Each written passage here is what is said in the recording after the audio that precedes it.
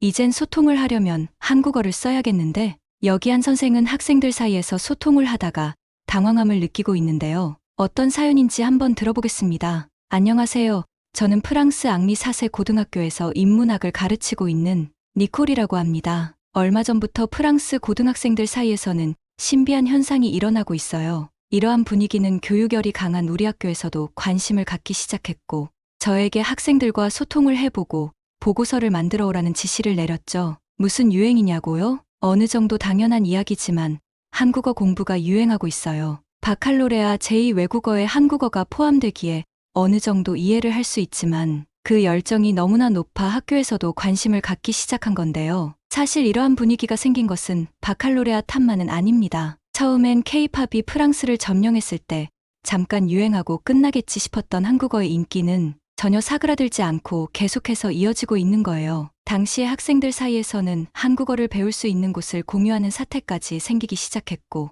이러한 분위기는 결국 한국어반의 수가 엄청나게 늘게 되면서 현재 60곳의 학교에서 정규 수업으로 한국어반을 운영하고 있어요. 전체적인 수의 증가는 5년간 17곳에서 60곳으로 약 4배 정도 증가했고 프랑스에선 일본어를 제외하고는 딱히 다른 언어에 관심이 없었어요. 특히 동양이라면 그 무관심은 훨씬 심한 편에 속하죠. 그나마 일본어는 편향적인 프랑스인들의 일본 인식과 편애로 만들어진 분위기였고 꽤나 나이대가 있으신 분들만 배우고 있기에 점점 그 관심도 떨어지고 있음을 알 수 있었죠. 그러다 보니 일본어를 가르치는 강사들도 슬슬 퇴직을 하고 다른 일을 찾아보고 있다고 말할 정도로 그 수요가 줄었다고 보면 돼요. 이러한 현상을 바라보던 학교에서는 명문고등학교라는 타이틀을 지키기 위해 저에게 학생들 사이에 불고 있는 한국어 유행을 직접 소통을 하면서 알아보고 어떠한 효과가 생기며 학교에서 어떠한 대처를 해야 할지 한번 알아보라고 지시를 내렸어요. 처음엔 왜 저에게 이렇게 귀찮고 불편한 일을 맡기나 싶었지만 알고 보니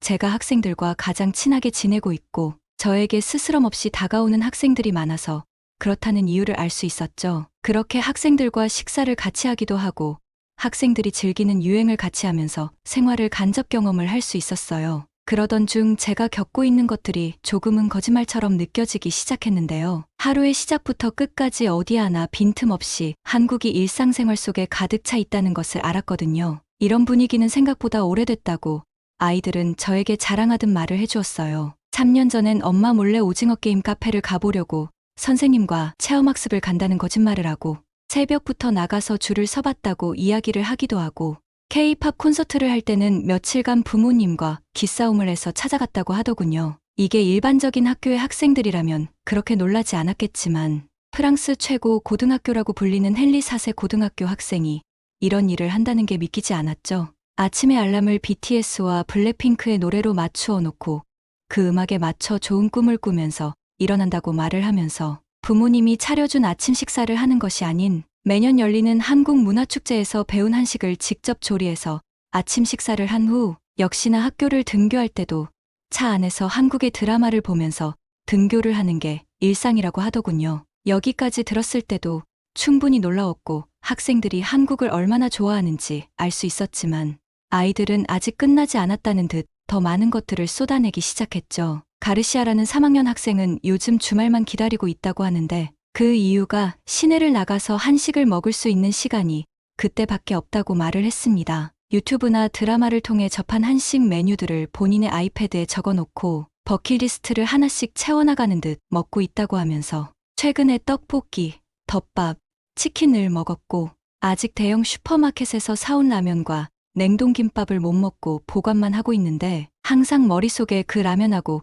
김밥이 생각이 나서 공부에 방해가 될 정도라고 말을 하며 군침을 넘기는 모습을 말하는 내내 보여주고 있었어요. 록사느라는 1학년 학생은 넷플릭스나 인터넷에 공개되어 있는 한국 드라마를 다 보아서 더 이상 볼 게 없어서 시무룩했는데 과거 한국 드라마들을 발굴해내고서는 다시 인생에 즐거움이 생겼다고 말을 하며 별에서 온 그대, 킬미일미, 킬러, 드림하이 등 10년 전 프랑스에서 공개되었던 한국 드라마를 보면서 주말을 보내고 있다고 말을 하며 눈을 반짝이는 것을 확인할 수 있었죠. 하지만 이런 이야기를 하면서 학생들은 록산네 말에 집중을 하다가 과거의 한국 드라마의 종류들을 하나같이 물어보기 시작했고 그 장면을 보면서 알게 된 게 학생들은 이미 공개되어 있는 한국 드라마를 다 보고 더 이상 소비를 할 한국 드라마가 없음을 알게 되었어요. 제가 맡고 있는 반의 글로리아는 이미 학교에서는 한국 전문가로 불린다고 말을 하더군요. 프랑스에서 한국 문화 유행의 시작이라고 말을 할 수 있는 케이팝이 자리를 잡기 전부터 BTS에 빠져서 프랑스의 첫 번째 아미가 자기라고 말을 할 정도로 케이팝 없는 삶은 생각도 못한다고 말을 하면서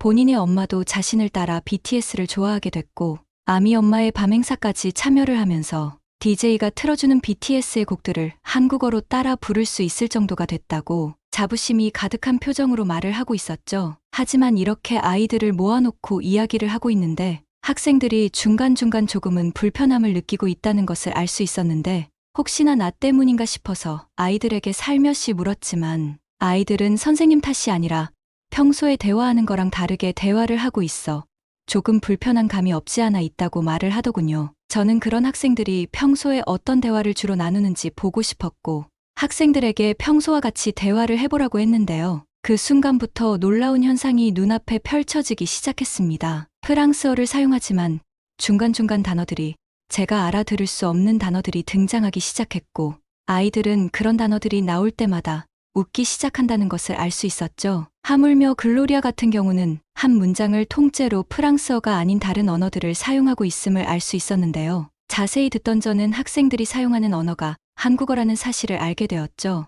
20분 정도 학생들이 대화하는 것을 듣다 보니 학생들은 제 귀에는 완벽한 한국어를 구사하고 있는 것처럼 보였고 학생들에게 어떻게 한국어를 이렇게 잘하게 됐냐고 물었더니 저를 귀신 보듯 쳐다보더니 서로 웃기 시작하더군요. 알고 봤더니 학생들은 지금까지 말한 한국 문화를 즐기면서 하나둘 자연스럽게 한국어를 접하기 시작했고 벌써 그들의 사회 안에 한국어는 공용어처럼 사용되기 시작했다고 말을 했습니다. 제가 너무나 신기해서 쳐다보고 있으니 가르시아는 본인이 즐기고 있는 모임이 있는데 그곳을 가면 더 신기한 것을 볼 수 있다며 방과 후에 저와 함께 모임을 가기로 했고 저는 한국어 교육과 한국 문화가 학교에 도움이 될 것이란 판단하에 보고를 하고 학생들을 따라갔습니다. 가는 길에 학생들은 7유로나 하는 한국식 핫도그를 사 먹고 시간이 남는다며 근처의 팥빙수 가게를 찾아가 돈을 모아 팥빙수를 사 먹기도 했죠. 그렇게 5시가 되니 학생들은 시간이 됐다는 말과 함께 비장한 표정으로 한 스포츠 센터를 찾아갔고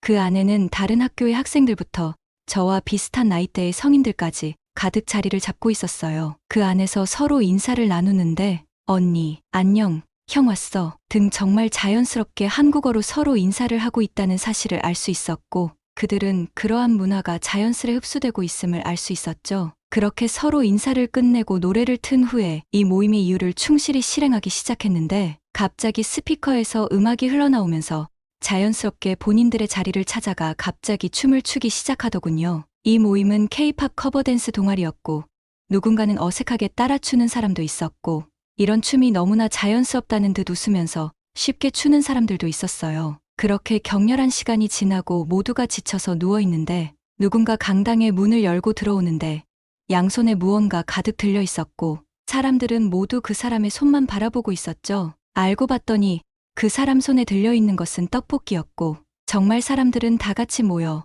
어느 정도 매운맛으로 시킨 것인지 토핑은 무엇을 넣은 것인지 하나둘 물어보기 시작했고 이러한 문화가 저한테는 너무나 익숙하지 않았죠. 그리고 가장 놀라운 것은 그 큰 떡볶이를 서로 나누어서 먹는 게 아닌 그냥 한 곳에 놓고 먹고 있는 거 아니겠어요? 저는 이해할 수 없어서 왜 이렇게 먹냐고 물었더니 한국 사람들은 다 이렇게 먹는다고 선생님은 이런 것도 모르냐고 저에게 되묻기 시작했고 그런 질문을 한 저는 그곳에서 소인구간 걸리버가 된 기분이었죠. 모두가 저를 신기하듯 쳐다보고 있는 시선을 느낄 수 있었습니다. 그렇게 한국식 만두와 튀김들을 먹으면서 쉬는 시간을 끝내고 마무리를 하면서 그 자리는 끝이 났죠. 저는 그것을 보면서 프랑스의 한국 문화가 자리를 잡은 수준이 아닌 이제 뿌리를 내리면서 새로운 문화를 입히고 있다는 생각이 들었습니다. 학생들과 K-팝 커버 댄스 동아리 사람들은 떡볶이를 먹으며 별 이야기를 다 했는데 그 안에 한국 사람들을 향한 부러움이 가득해 있다는 사실을 알 수 있었죠. 한국 드라마는 역시 몇 번을 봐도 항상 새로움이 느껴지고 볼수록 빠져들게 돼. 한국 사람들은 매번 이렇게 맛있는 걸 먹고 재밌는 드라마 보면서 신나는 노래 듣고 부르면서 쭉 살아왔단 거 아니야? 최고다. 같은 이야기를 하고 있고 누군가 이번 휴가를 한국으로 간다는 이야기에는 나도 한국 가고 싶어. 이번에 가서 많이 보고 나한테도 꼭 말해줘. 나도 다음에는 꼭 한국 가야겠다. 매번 말만 하고 못 가서 짜증이 날 정도라니까. 도깨비 촬영 장소 가서 사진 찍어와서 나도 한 장만 줘 보관해야겠어. 와 같이 한국을 간다는 것만으로 그들은 선망의 대상처럼 바라보고 이것저것 많은 것을 부탁하는 모습을 확인할 수 있었죠. 그렇게 학생들을 모두 귀가시키고 집에 돌아와 가만히 생각을 해봤습니다. 출근길에서 보았던 핸드폰으로 한국 드라마를 보고 있던 제 또래 여성. 같은 건물에 사는 사람 중 과반수 이상이 한국 드라마를 시청하고 있다는 통계. 친구들과의 약속으로 쇼핑센터나 카페를 가면 나오는 케이팝까지 다양한 방면에서 한국의 문화가 어디까지 자리를 잡은지 알 수 있었지만 저는 애써 그것을 무시하고 있었던 것 같았죠. TV에선 한국 문화와 관련된 다큐멘터리가 방영되고 있고 모든 대학의 한국어 관련 강좌의 경쟁률이 30대 1이 넘어가고 있다고 대대적으로 홍보를 하고 있음에도 명문학교라는 타이틀에 속아 그런 것들을 무시하고 있던 학교가 참 무능력하다고 생각을 했습니다. 다음 날 학교를 찾아가 우리 학교도 빨리 한국어 강의 수를 최대한으로 늘려야 한다고 말을 했고 제가 느꼈던 부분과 프랑스에 자리 잡고 있는 한국어와 한국 문화의 위상을 설명해주고 예전에 중국어와 일본어처럼 필요로 인해 배우는 것이 아닌 슬에 솟아나는 열정으로 한국어를 배우기 시작한 지금의 세대들은 한국어를 재차 요구할 것이고 지금이라도 이 유행을 따라가지 않으면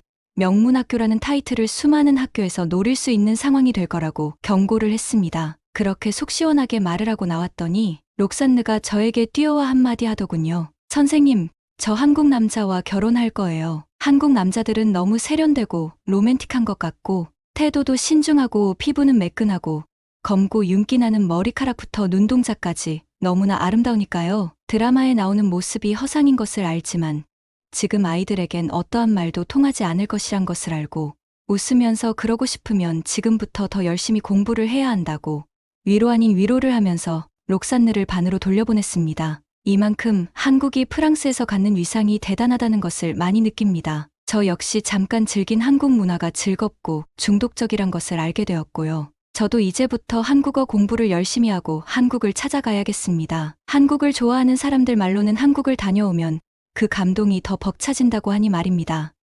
한국어 조사를 하다가 한국 문화 자체에 매료되어 버린 니콜 씨의 사연이었습니다. 유럽 내에서 한국 문화의 힘은 대단한 것 같네요. 오늘 사연을 재밌게 보셨다면 구독과 좋아요를 하고 다시 만나요. 사연 읽어주는 여자 감사녀였습니다.